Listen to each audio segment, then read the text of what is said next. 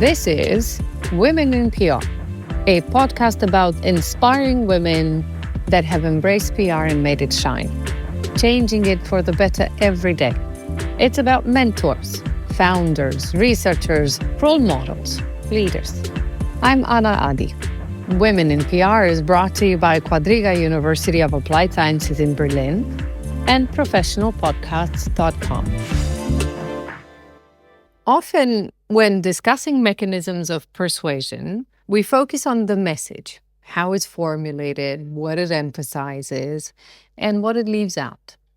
This process of selection and organization of information is known as framing, a concept that has been demonstrated to significantly influence how information is perceived, processed, and understood.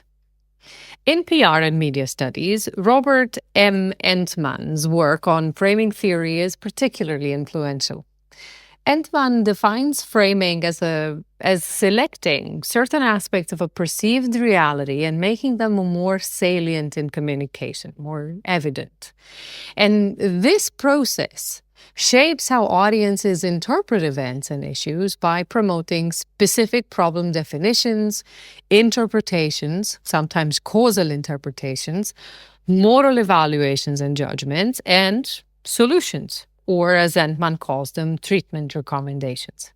Now, Entman also identifies four primary functions of framing: defining problems, diagnosing causes, making moral judgments, and suggesting remedies. And these functions help shape public discourse by selectively highlighting certain aspects of reality while downplaying others. So they simply tell us how and what to focus on. So needless to say, framing as a theory remains of great interest to PR and comms, scholars and researchers alike, because it offers insights into how media and communication shape public opinion and political behavior. So today, we're joined by Dr. Teerada Chongkolrattanaporn. We'll call her Nay, and you'll see why. She'll read her name for us properly in a minute. She's a professor at Chulalongkorn University in Thailand. And her research on climate change campaigns and the application of framing theory in diverse cultural contexts offers a fresh perspective on how framing operates in different settings, in different societal settings. As the head of the Department of Public Relations at Chula, Ne brings both academic rigor and practical insights to our discussion. And her work examines how framing theory can be applied to address complex social issues, particularly in the context of environmental communication. So in this episode, we'll explore how Nay's research contributes to our understanding of framing in PR, the role of cultural context in shaping frames, and the ethical considerations that arise when employing these powerful communication techniques. So, Nay, thanks so much for making time today, and welcome to the show. Hello. Tell me a little bit about you. So you work in PR, and you're teaching at a university. How did you unlock in public relations? Okay, let me introduce you real quick first. My name is Nay. That's much easier to call, but my full name is Teerada Chongkolrattanaporn. Currently, I'm actually work in university, as you mentioned, and I just got this lucky position, I would say, as a head of public relations department. So, let's get back to when I started. I actually graduated in arts, humanities, so I don't really have any backgrounds with this PR kind of stuff. But then when I studied my master's degree in the US, I took class called public relations communication. So it kind of opened my views on professions of PR. And then when I came back to Thailand after my master's degree, I started my job in university, Assumption University. I started teaching in Faculty of Communication Arts. Well, when I started, I actually taught in Department of Advertising. So within that department, they also have this little class called Introduction to Public Relations, and that's how I really got into like real chunk of PR theoretically. Now, and then I started my PhD, and I think it's interesting to see how powerful PR is. And at that time, 10 years ago, more than literally 10 years ago, because I finished my PhD in 2013. So yeah, back then, the climate change, or at that time we call it global warming, is very popular.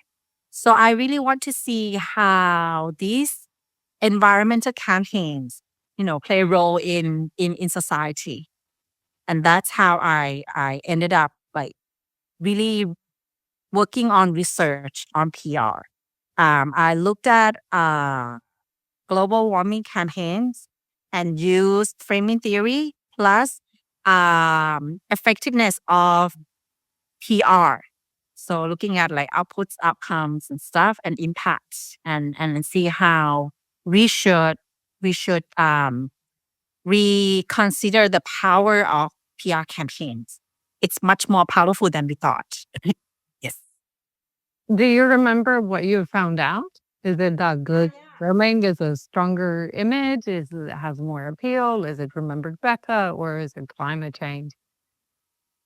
It's interesting because I broke down into three framing like parts. Because when it comes to campaigns, first we have to look at the sources of campaigns, right? So I particularly look at um, the global warming campaigns of Bangkok administration, Bangkok Metropolitan Administration. So it's like local government of Bangkok, because that they're actually the very first ones to work on these campaigns. So we look on that, and then as well as those like experts in climate change. So it's interesting because when it comes to using framing to analyze, to investigate how they frame the global warming, is that they see it as something like with their authority, like it's like their job to do it, like like the government to talk about it.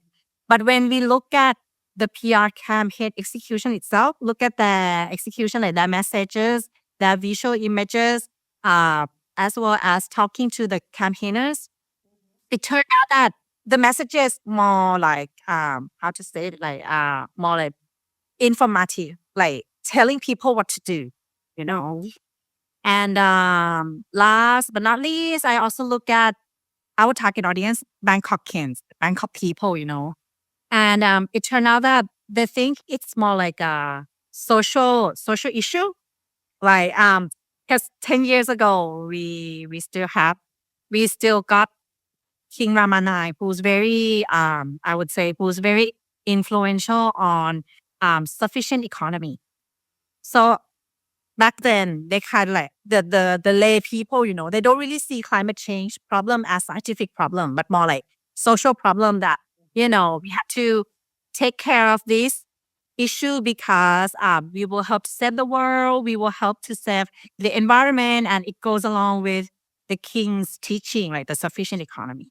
So my results from that research turn out that you cannot just see things from one end, like, because when we talk about climate change, people think it's a scientific problem, but in fact, lay people, our target audience, do not see things that way. So you have to like find the um from my research, I use the word like the mix of something tangible and some belief, put it together to make the these words. And of course, we figured this out because we use this framing the framing theory to somehow like create the questions and also design the research instruments.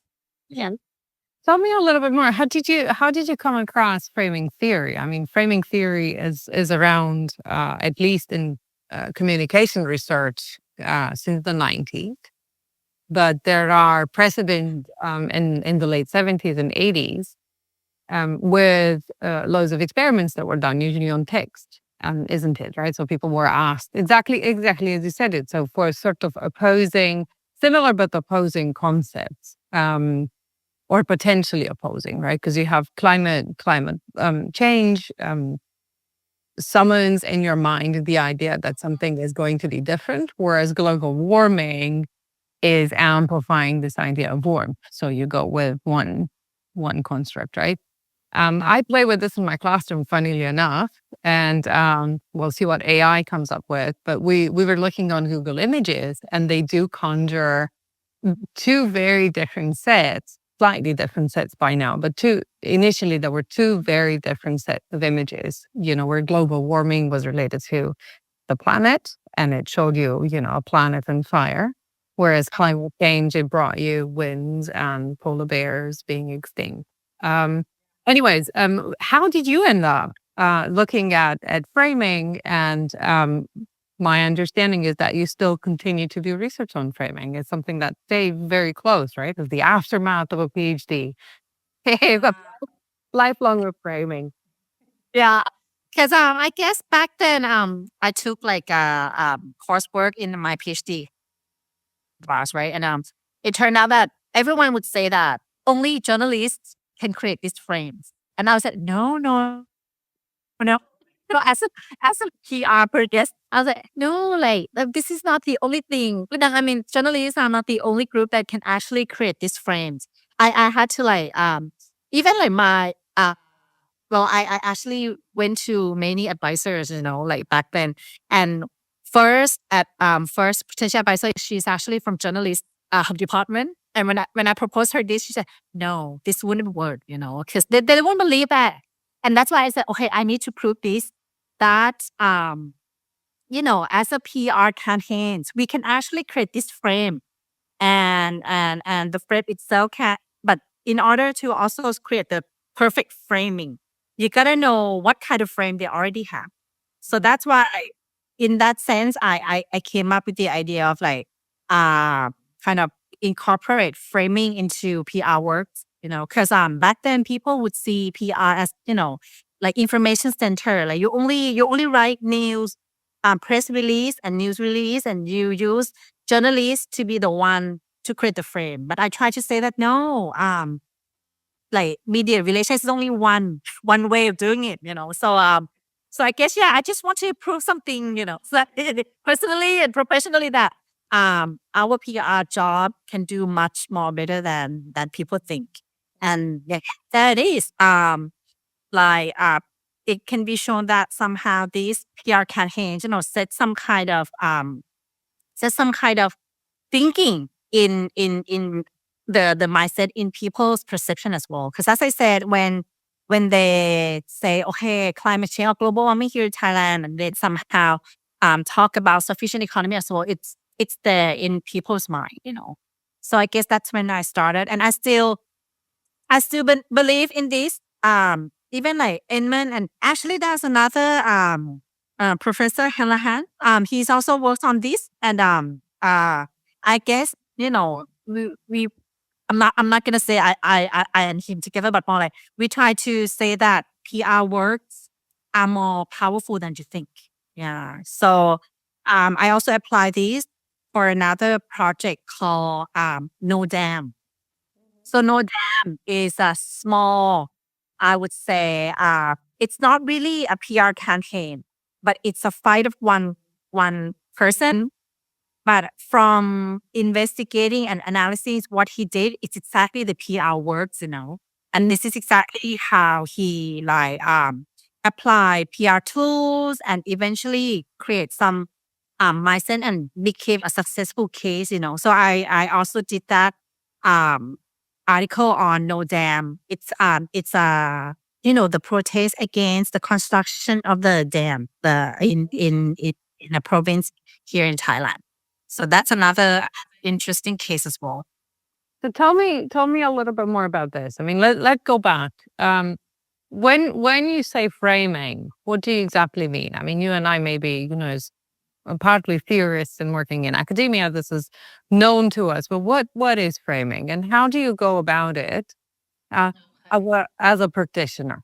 Why is it such a great deal to things that what we do, as consultants and as communication specialists is frame.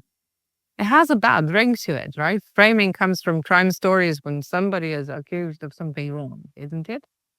Yeah. So, but it's not that. Framing is already something that we as PR person does all the time because we not only we tell them what to think about, but we also try to tell them how to think about it. So back to my example of my study on climate change. Not only do we want to tell them like what is climate change, but we somehow put some values in it, and we somehow trying to change the way they think about it and the way they react, toward it.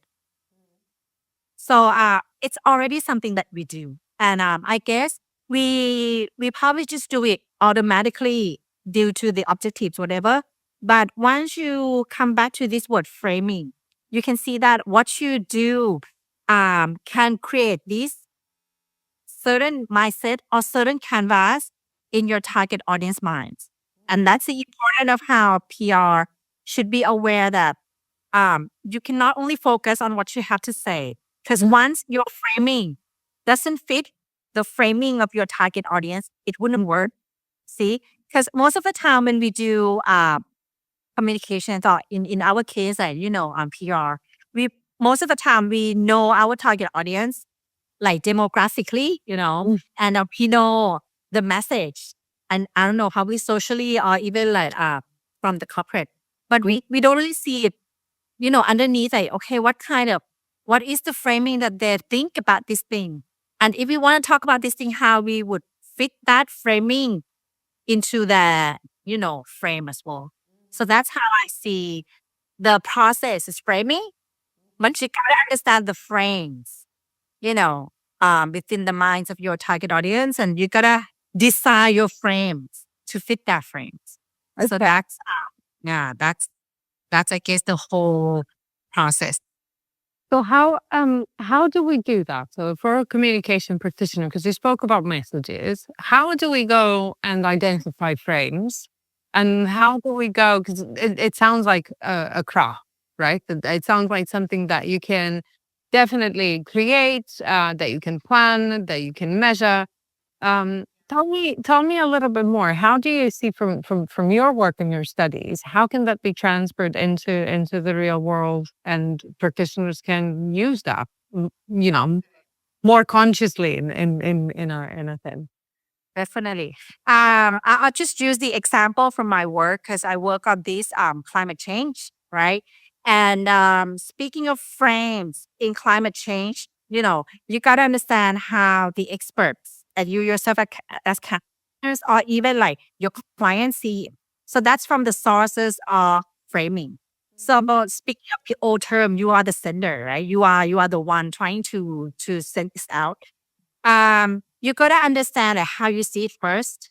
From the practitioner side, I would say this is how you do like internal research, right? I mean, it's probably the same thing that it's like your try to debrief with your clients, and then next thing you need to know is that how people actually frame this thing right now.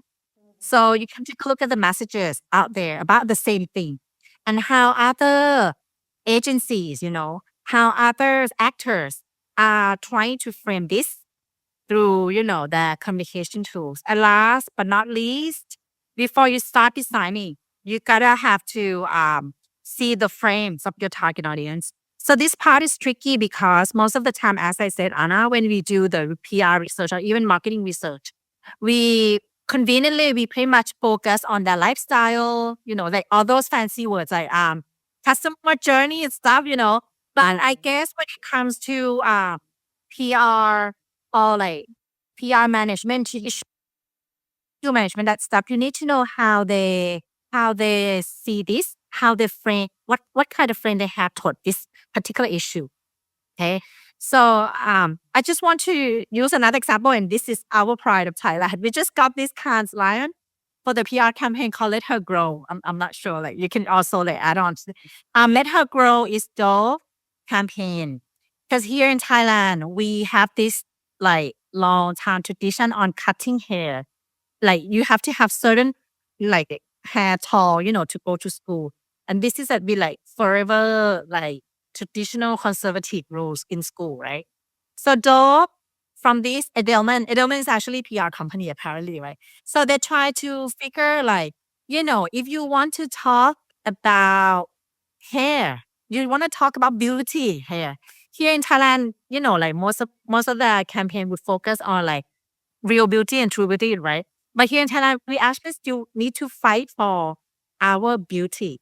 So they came up with this campaign. They buy one big newspaper page, like, and they say, let her grow. And then one like portray a young girl with her Thai student uniform, and focus on the message that because everybody knows that, okay, length of hair doesn't mean anything, right? But it's still there. So they kind of like um, frame the way we look at this beauty, this simple story which fits into the frame of Thai women.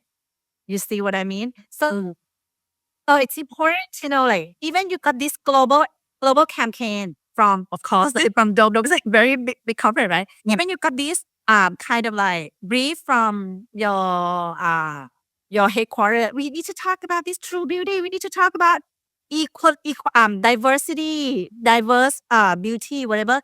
But here in Thailand, we still struggle with this kind of like, in school, like this conservative rule. So I guess main um, that's the main benefits of framing and frames. Because if like you gotta understand for when we talk about frames of the headquarter, what is it that they want to talk about?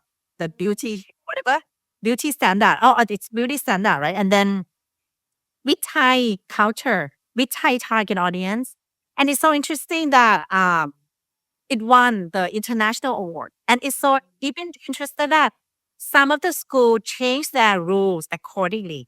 After that big campaign, many people came out to agree on this, and even some school resonate to this by, just reject or just cancel these rules. So it's interesting that it's the framing process is very important because you gotta pick that to make an impact. Mm. It's interesting that you talk about the framing process, right? So, whenever I hear the word process, I think of something that is spread over time.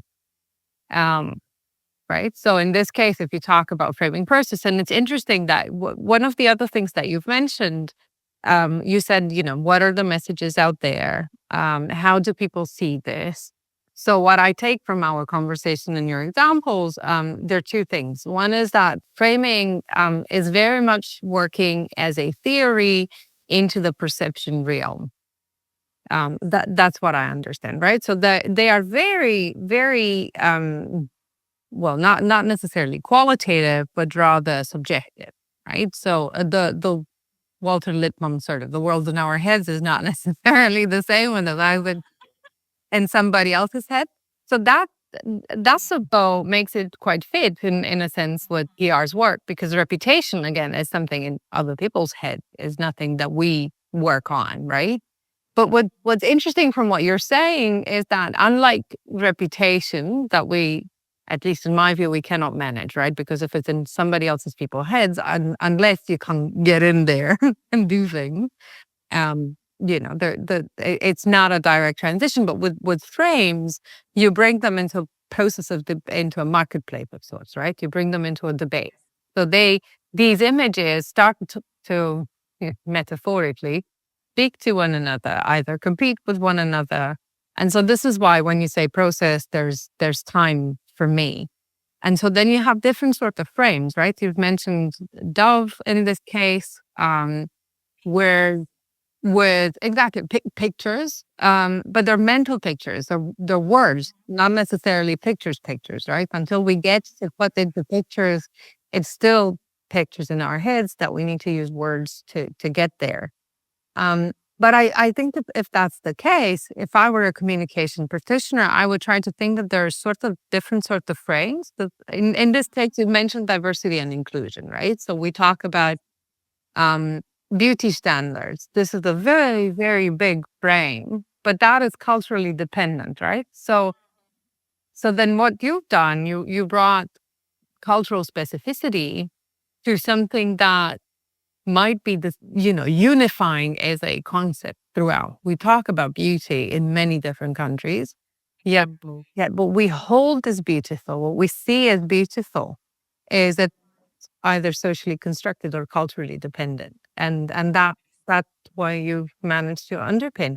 The challenge though, I think, for communication practitioners is not necessarily how do you set the frame. It's clear, that I want this to be good, I want this to be bad, I want this to be in opposition to something. I think that the bigger challenge of communicators is to prove that those frames have been set, right? That Exactly. that's what should be the sort of argument. How do you do it? Yeah. So I guess, yeah, that's also like the part where I want to say like the effectiveness of your words, right? We know all these terms like outputs, outcome, and impact, and that's what this is a collection. But my point here is that with the output, you can just set the frame. As she said, it's exactly what she just said. Like it's about you already know you want to put the values on things, and you just let it out as an output. But as an outcome, of course, long term, short term is different because different issues need different times, right, for people to absorb. In the case of beauty standard, I guess because the time is already like ripened, because we've been fighting this in a very different ways, So when the time is ripened, I guess the outcome is strong enough for us to see. Of course, when we talk about PR executions, we cannot really count it as sales or but I guess we can see from the support, right? I mean, the support here can be shown as like virtually, like from online platforms, or even for this case, like as I said, like some policy has been changed, and as impact, of course, not when we talk about these how this framing works, you can also find different ways to check whether people go along with your ideas, And as I said, with the impacts, for s- for some issues, it may take some time. Because I also work on another project. Can I talk about cannabis? Because with the cannabis, like you are fighting, like with the cannabis, you are not fighting, but you are trying to set these frames, in their head about the positioning of cannabis, the weeds, Because when we talk about weeds for the teenagers, they look at it as something like cool, like oh we can do it here, like be cool. But in fact, we really want to tell them like that's not how we should frame it. But they already think about it this way. You cannot just use the frames of authority to say, hey, don't think about it this way. You see, um, you have to find the frames to fit that frame to make that framing happen, right? And yeah, but when it comes to effectiveness, what I'm working on this is that we're going to have this school roadshow and hoping that this can be one way to check our successful rate of framing. Because what we will do, we will ask them to tell us about what they think about cannabis, and then we create short film together with some activities, and afterwards we will check, how they think about cannabis differently or not. So I guess in the short term you can do that kind of thing, But in a long term, I guess you have to like see a bigger picture, like probably in the policy level or even like in a lifestyle level where it takes some time as well. But I guess the keyword for framing in campaigns to work is consistency, like from source to message to target audience. Yeah. If it's consistent, then, it somehow show the good success. Um, Now I wonder how can we, as communicators, how can we measure and assess this consistency, considering that there's so many channels out there, so many platforms, that there's increased fragmentation and division when it comes to what sorts of not only media we consume, but on the choices that we make in terms of the media that we interact and engage with. So, as a communicator and a researcher, how do you assess that consistency? Okay. That's a very interesting questions because we just saw this news about how Facebook algorithm and manipulate and play around, right? But I guess it always comes back to your objectives and your audience, right? As with PR work, we always work by objectives, right? So you gotta go back to see what you set as your goal here. Of course, I will be honest to you. One campaign might not change the world. That's ridiculous, right? But at least within this certain campaign or within this effort of communication, what you want to see from your objective. And from that, when it comes to evaluation, I guess we can do this two ways. First, like measure it with something we can do it like quantitatively, with numbers, when we do this all the time, PR value, we do this all the time with engagement rate, that kind of stuff. From my, this might be like, idealistic, but I think you can also try to check this out from the feeling like how people talk about it, how people, react to it. Like, it doesn't have to be online, right? I mean, simply if you, like for my case, I'm working on cannabis campaign.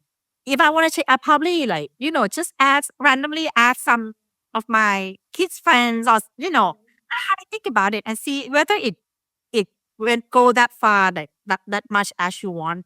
I guess from PR professional, you already have this set of evaluation. But I guess what you can do more is to see the vibes around. Because as I said, the beauty standard or let her grow campaign of Dove, during that time when they launched this particular campaign, like the it's like the whole Thai netizens, like every Thai netizen are like talking about this. Even when you come to class or you go like to the shop, to the markets, people like talking about this, like, oh, about you see that like the girl cut her hair and stuff. So I guess you can also check it from the vibes and from the lay conversations, to see whether it goes consistent with what you try to say. Yep. You're still measuring PR value and PR value equivalence in Thailand? Yeah. But yeah, let's still do it as a tradition, because it's something that, yeah. But it doesn't really work that way, of course. But, some clients still need it. Oof. Okay. I guess one of our previous guests will not be particularly pleased about that. Yeah, I know. Even like some of my friends here are like would be angry by started. But let's go back a little bit because I mean, when you talk about consistency, that means you speak about messages, right? And messages, they're not always in campaigns, particularly those that want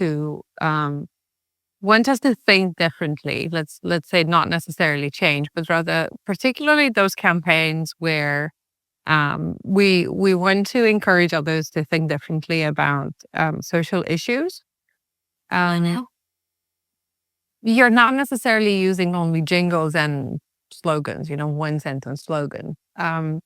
You're using different words, right? I mean, if it would be one phrase like we've had earlier, climate change and global warming, those probably would be fairly easy to be picked up quantitatively, right? I mean, we can scrape data online, we can put alerts and see quantitatively how often this is mentioned versus the other. We can look within a text to see how often one versus the other, and we can equally ask people. So this is what you mentioned with quantitative research. So you can do unaided recall or aided recall sort of tests where you see if people remembered seeing or they're using your words. But how do we know when um, the thinking even now with beauty standards, where there might be more companies and organizations wanting to talk openly about and challenge and make us reflect about beauty standards. How do we know it's us? You know. That's it. Because, okay, when you mention all those elements, like slogans, catchphrases, visual image and stuff, it's part of these framing tools, you know. To you still need these to create the frames. Because when I said, because I already mentioned this, when we talk about this framing process, not only do we try to make them remember, right, just to remember about this, but we want them to somehow know how to judge this, and we want them to judge this issue, you know, in our direction, right? So I guess with that, we always put value. And of course, when we check, we're not only checking whether they think about it, but how they think about it. So we want to know like even whether it's minus or plus, right? So just put it simple that way. Um, of course, to be like you know, to be realistic is that communication is not like one on one anymore. Like it's not like, you know, you put one thing and then the receiver, but we can hope that what we try to frame and put it in their heads will be something that will also like reflect the way they think about anything else, you know. So when we talk about framing, as I say, it's not probably just, for example, when I say, okay, the beauty standard, I should say, right?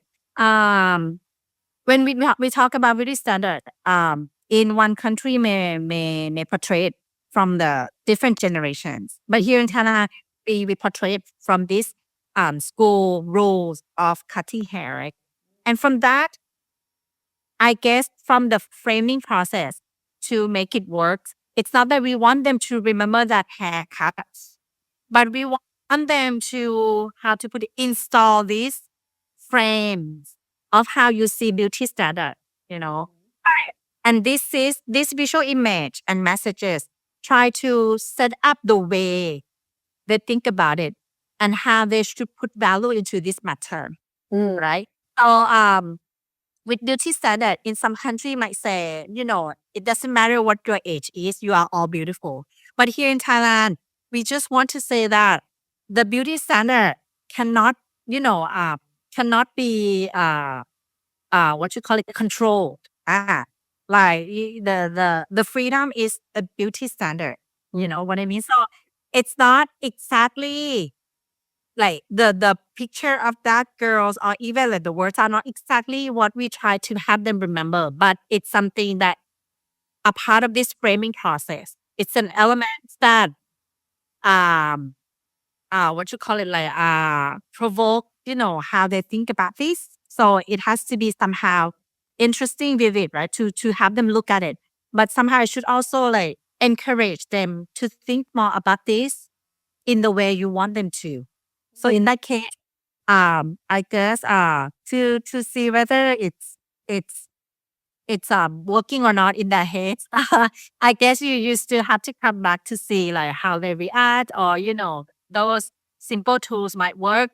But in the long run, as I said, you know, if, as you said, as well as Anna said, like the timing is, like the time of framing is very important as well, because you might not see this year, but if you are running another campaign, right, within the same story, and then even the visuals are different, catchphrases are different, but what you try to install to the head is the same thing. I guess you will get even like stronger, even like more feedback, you know, from them. That's how I see the power of framing.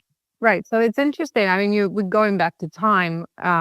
What I've learned from what you're saying is that repeated exposure is key in this case, right? So it's not only this means that repetition before repeated exposure is the key So that means that we're looking when we talk about framing about very similar images, right? And that means images as in pictures, as in, compositions. In this case, we can talk about sounds, we can talk about moods in films, but more particularly, we're looking for constructs, right? So words, metaphors, epithets that are synonymous and proxies, right? So I think the challenge, if we go back to your previous example of global warming and climate change, was in clarifying, in a sense, the effect and what they're actually meant, right? Many people thought that, in a sense, they're the same thing. We're acknowledging, a change. Which is why, long time. I mean, you talk about doing your PhD 10 years ago. We're now talking about the climate crisis, which from a framing perspective is conjuring in our heads a different level of urgency. It's very different in a sense. If you the way I hear it, right? We talk about pictures in our heads. I hear it as way more dire with much stronger effect than either change or warming, right? It's more impactful. So to summarize a little bit, you're saying there is a process, takes time. Um, Not only that it takes time, it takes stamina. So this means, I mean, this is what you said, maybe this year's campaign is not working, but you have another campaign and another campaign, which points out to comms needing to think long term about this. So not I call campaign hiccups. My students know this, right? It's the evaluating campaign. It's like evaluating a life's hiccup, and then you kind of wonder, why isn't life successful? Well, because you don't live in a hiccup. Yeah. So it's everything in that and and there are ways that you can measure this, right? You've mentioned already these particular keywords that are related to the messaging, to the positioning of the organization, and how you associate that. Um, it Let me take you back to your study on No Dam, because what was really interesting about that, as far as I remember, was that had a social media driven component, and there was a hashtag associated with it, right? I mean, one of the key elements in remembering that was the hack. Can you tell me a little bit more about that? So how is social media then playing such an important role in framing and carrying it through? Yep. Because it helps how to say it, like fast forward the framing process. Because basically this guy, he started his walk from Melbourne province, which is like, yeah, I don't remember exact number of kilometers, but it's very far from Bangkok. If you walk, it takes about a month to walk. So the the role of the social media is that it somehow helps him to create this frame easier in the minds of younger generation. Because when we talk about that construction, it's like, we heard about it all the time. Oh, we have to like protest this, but as a people in Bangkok, for example, it's so far from us. Like we cannot really see how can that happen. How can we stop that? Or we well, to be honest, I guess some kids here, they don't even know, like, why do we have to stop them, because it should, um, in that way. So I guess social media helps to visualize that, and once again, like, kind of frame, like, help to frame how you should think about this, how you should think about this. Even they use the word no damn, no, as I said once again, like, all these constructs, all these elements are not what we try to have them remember. But what we try to do is that when you see the word no damn, creating a dam is the negative. That's what we try to, like, that's what we try to create, as that's how the framing works, you know. Like, when they see this message, they would have to interpret that, oh, so create, like, constructing a dam is not a good thing, right? And that's the point of doing all that's the point of framing theory, is that not only you tell them what to think about, but how to think about it. This is not a good thing, right? So from that, social media plus influencer, It's so interesting because he started on his own I would say his own pace, like on his own, right? And then suddenly one of the very like famous celebrity, the mask, she's like superstar, She picked up this and retweet it in her Twitter back then. I think this case is about 7 years ago, Like I did this after my PhD, right? So Twitter was still very powerful for political message at that time. And plus its popularity, we still have to admit that most people want to see something beautiful and fancy, So when this lady, the superstar, picked up this message, everyone turned to her.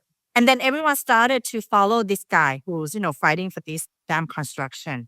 And another element that is interesting case is that he did something that most of the protester would do, like starving, this case walking. Like most of I would say tradition. It's a traditional way of doing it. But when you put it in Twitter platform, it looks more fancy in a sense. And those young generation, like because in the past when we talk about in Thailand, we call it like live protesters, like sometimes like people don't feel like, oh, you just like complain about everything. But when we somehow put his picture, like him walking, and then we put it on Twitter platform, it's totally make a change, right? I mean, 7 years ago. So I guess the media helped to like make it faster and also make it wider in that sense, right? I mean, let the message out even stronger and wider. And at that time, it turned out that he ended his walk here. Yeah, but here, actually very close to my office. It's called the Art Center. And like they have to like close the road that day because so many participants joined him. And speaking of how to evaluate it, I guess this is very simple. Like, you have people to support you. I mean, online as well as offline. That's that's good enough, right? Yeah. So yeah, from that particular piece of work, I guess the whole thing is like he tried to set up how we should think about this dam construction protest and what you can do. That I think that's always a part of our PR job. Yeah. What I don't recall is whether the dam was built in the end or not. Oh, it's still not, it's so interesting because the other day, like someone asked me on this, it's still on hold. Even like with the new government, because this is from last government, like previous, at least 7, 8 years ago before the coup, and as when the coup in charge, they still hold that, um, that projects. Yeah. So it's interesting, right? We still remember the hashtag. We still remember the importance of, in this case, mediators, and influencers are also media to a degree. Exactly. One thing real quick is that he actually got at that time he wanted to do the live, the Facebook live. It was like yeah, but it turned out and one TV channel, it's national TV channel, want to broadcast it, and they got this um order not to broadcast it. And it's even interesting because once you say no, right? They did it online. They didn't turn out that all they got like hundred of thousands, like 100,000 of people, almost million people to follow his walk from social media platform instead. Yeah. Doesn't it worry you that framing can be misused? I mean, there's such a great temptation out to to get it our way, or somebody else's way. When isn't this not okay to do this anymore? Is there any time? I wouldn't say it's not a matter of time, but it's a matter of issue. Mhm. Um, and it's interesting that you talked about this because Pride Month is actually June is Pride Month, right? And here in Thailand, it turned out that the conversation goes very far to the point that they got backlash, Like the way they try to support this diversity became a threat to their own. Like if you not support this, then like it's no longer like, So I guess when you try to frame it like how to say, like if you try to do it from coercion way, not persuasive way, like you try to force, okay, I'll use this word. When you try to force the frame in someone's head, that wouldn't work. Because the whole point is that you cannot force the frame, but you can create elements to help them to create the frames themselves. Yeah. So if you try too much to force to create the frame, that wouldn't work. And I guess if you force them, it will fall into another, tool instead of like persuasion and free. So yeah. I have one more question before we say goodbye. This is fascinating though. But you've studied in the U.S. You studied in Australia. Um, how does the world of PR? How did the world of PR look in Thailand when you returned? and how did it, and how does it look now that you've been in Thailand for a while and making a successful career and teaching others? How does that go? Okay. So now, well, I was in the US, in the Australia. Now I'm here in Thailand. So I would say I'll start from my originality, like from Thailand case. And I think it's interesting because I talked about those campaign, right? But that's only one campaign out of like thousands of campaign that always see PR as like managerial tools, like PR in a company or even for the government is like just a tool to like publicize something, some messages, or to create certain images, or trying to maintain certain reputation. And in Thailand, it's more like a routine job, and that's why I think it's going to be very interesting if we go on with with this research on future PR here in Thailand. Because I want to see, can I get after like 20 forward at 20, 30 years of thinking of PR in this way, we have to stop because it wouldn't work. I mean, people would be able to realize that this is not how they do PR up there.